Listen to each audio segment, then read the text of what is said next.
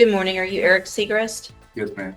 And Mr. Segrist is charged in cause number 25, DCCR 1836, with burglary of a habitation. Mr. Lewis has filed a motion asking that I reduce the bond, which is currently set at $50,000. Mr. Lewis, you may proceed. Mr. Segrist, best you can, raise your right hand. Do you swear or affirm the testimony you're going to give in this hearing will be the truth, the whole truth, and nothing but the truth? Yes, Your Honor. Thank you. Go ahead, Mr. Lewis. Mr. Seacrest, will you state your full name for the record? Eric Martin Segrist Jr. Okay. At the time that you were arrested, were you employed at that time? I actually I had a job interview for Walmart the next day, and I missed it. But you, at that time, you weren't working? No, sir. Okay. No, sir. Up until the time that you were arrested, were you able to have any money saved or anything like that that you could use to forge your bond?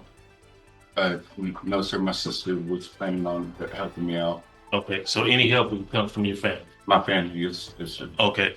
Now, the employment opportunity that you did speak of, is that still available to you? Yeah, as soon as I go home. Like she actually asked about me yesterday morning. Okay. And I have a neighbor in my neighborhood, Mm-hmm. and she has like a bunch of overgrown trees, and she was asking my sister if I could come over there and clear out all the stuff, and she was going to pay me to help bond out. And if you're able to make bond, where would you be living? At 6161 House Street in Groves, Texas. Okay. Now, is that the same residence as the complainant in this case? No. So that's my sister's house. Okay. So you will be able to handle any type of bond conditions, for example, like no contact with the victim, things of that nature. Absolutely, and the job is walking distance from my house. Like it'll take me 20 minutes to walk there, my house, and I just bought a brand new bicycle, so I could ride my bike straight to Walmart to go to work. Okay. Now, as far as the bond amount, it's currently set at $50,000. About how much do you think your family could afford, really afford to try to help bond you out?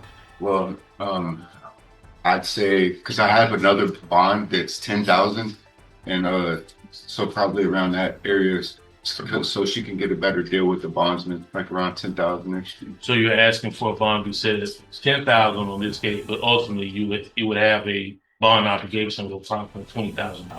Yes, sir. What's the other bond for? It's for an assault case, I believe, Judge. The misdemeanor Yes, assault. misdemeanor assault case. Any questions? No questions, Judge. Any other witnesses? Oh, no, Judge. All right, Mr. Smith, what is the state's position? Judge, this was a case where he broke into this house, sliced his arm very badly on the window, trying to break through the window, assaulted the victim in the case, stole her phone, and ran away after the police had been called. They were able to find him because they used to track my iPhone. It's family violence. They were living together at the time. We have had contact with. The courtroom falls silent as Eric Martin Segrist Jr. stands accused of burglary of a habitation, facing a serious felony charge. His attorney requests a bond reduction, explaining that Segrist had a job interview at Walmart the next day and missed it due to his arrest.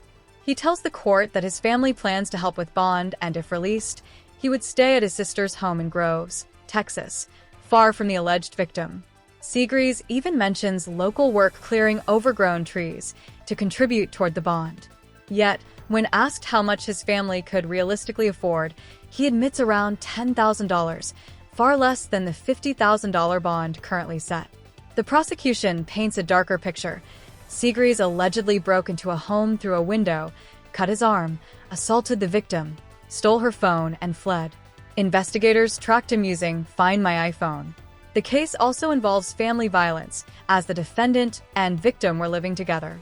After reviewing the facts, bond standards, and testimony, the judge denies the motion to reduce bond, leaving the $50,000 intact. While the defendant hopes to return to work and hire his own attorney, the seriousness of the charges casts a shadow over the courtroom, signaling the fight ahead. To me last week, or before last, on this, so we would be opposed to a bond motion.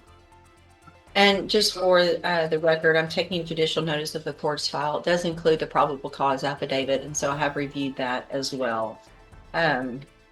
Anything else, Mr. Lewis? Well, Judge, this is the one that we, of course, reset from recently when the state was looking to hear from the complainant in this matter. And I think, like Mr. Smith said, they did have a chance to talk to her.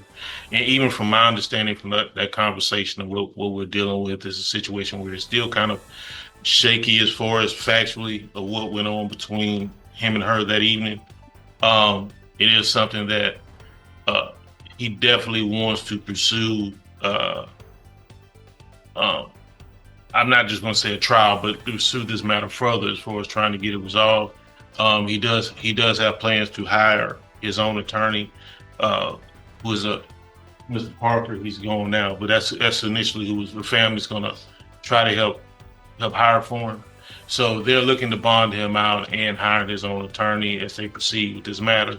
We're just asking for him to have that opportunity. That way he can get back to work and help pay for that on his own and not be situated with any burden or obligation on his family moving forward. Okay. At this time, taking into consideration the factors in Art 17.15, I am going to find that it is not in the best interest to grant the motion to reduce the bond. I'm going to deny that. The underlying facts, the testimony today, and so what we'll do is get it set as quickly as possible. If the family hires Mr. Parker, great. If not, then Mr. Lewis obviously will remain as your attorney and move forward with going through discovery, and we'll get it set for an announcement and move forward as however you guys plan to at that time. Okay, Thank go you. back with the bailiff. All right, sir, again, you're Eric Seagrass Jr. Yes, ma'am. And Mr. Lewis, will your client waive the formal reading of the indictment? He does, Judge. Mr. Seagrass, in cause number 25, DCCR 1836, you're charged with the second-degree felony offense of burglary of a habitation from October 24th of 2025. And how do you plead to that charge? Guilty. Are you pleading guilty freely and voluntarily? Yes, Your Honor. And are you pleading guilty because you did what they charged you with? Yes, Your Honor. I have here on the tablet some documents that have your signature on them that the state has marked as exhibit number 1. Before you signed these, did you go over them with Mr. Lewis? Yes, Your Honor. The documents that you signed today, did y'all go over those? Yes, Your And Honor. do you fully understand them? Yes, Your Honor. And do you understand if I follow the agreement that you've made with the district attorney that you'll be giving up any right to appeal? So if I follow the agreement, you can't change your mind later. Do you understand? Absolutely. And it looks like the agreement that you've reached is for a 10-year term in prison, but that would be probated. You'd be on probation for 5 years. You would be ordered to pay a $500 fine and to follow all of the rules and conditions of probation. Do you understand?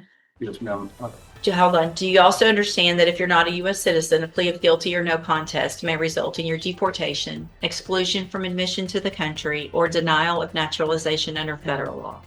Yes, Your Honor. State tenders number 1. No objection, Judge. It's admitted. Is there any evidence that Mr. Seagrass is not competent? No, Judge. All right, sir. Did you have a question? Yes, ma'am. About my mental health, I was wondering, would I be sent to like Spinal Tap so I can get the right kind of medications? So here's what's going to happen. Absolutely. If there's any kind of issues, that's exactly what probation is for, is to help you get past any issues. What I'm going to do is reset your case for sentencing. And the probation department will do a pre-sentence report. And I'll ask them to do any kind of evaluations if they can between now and then. Yes, ma'am. Any help that you need, I'll order it as a condition of your probation. And so we'll take care of all of that when we come back for sentencing. Because I'm schizophrenic and I wanted to get help with like mental health use. All right, we'll get yes, we absolutely, I appreciate that you're letting me know that. Probation is over there now. She's making a notation of it so that they'll discuss that with you when they come out to do that pre-sentence report, and we'll have a plan in place when we come back for sentencing. Yes, ma'am. Okay, you can go back with the bailiff. Thank you, Judge. Later, Seagrees returns for the plea hearing. The judge formally reads the charge: burglary of a habitation, a second-degree felony from October 2025. Without hesitation, Seagrees pleads guilty, confirming he understands the consequences. Under the plea agreement, He faces a 10-year prison sentence, but it will be probated, meaning he will serve 5 years on probation, pay a $500 fine, and follow strict court conditions. During the hearing, Seegrees raises a personal concern, his schizophrenia.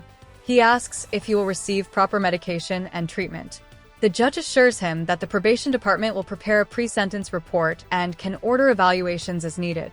Any required treatment will be included as a condition of probation, ensuring he receives mental health support while serving his sentence under supervision.